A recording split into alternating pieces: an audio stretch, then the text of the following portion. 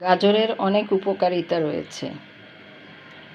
গাজর যেহেতু কমলা কালারের, দেখেই বুঝতে পারছেন এটাতে অনেক ভিটামিন এ রয়েছে।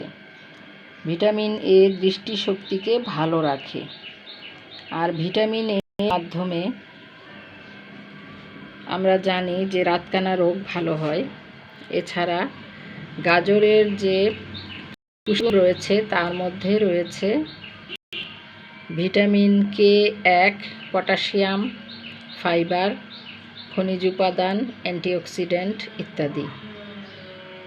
গাজর ওজন কমাতে সাহায্য করে, কারণ গাজরের ক্যালোরি কম, অনেকক্ষণ ধরে ক্ষুধা থেকে মুক্ত থাকা যায়, পেট ভরা মনে হয়, যার জন্য খাবার কম গ্রহণ করা যায় এবং এর মাধ্যমে ওজন নিয়ন্ত্রণে আসে। এছাড়া গাজরের মাধ্যমে ত্বকের বলিরেখা দূর হয়, ত্বক সুন্দর হয়, টান টান হয়, উজ্জ্বল থাকে। এবং গাজরের যে ফাইবার বা আঁশ রয়েছে তার মাধ্যমে পাকস্থলী ভালো থাকে, হজম শক্তি ভালো হয়।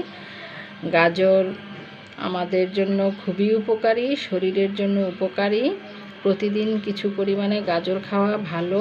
সেই গাজর যদি রান্না করে খাওয়া হয় তাহলেও এর পুষ্টিগুণ কমে না।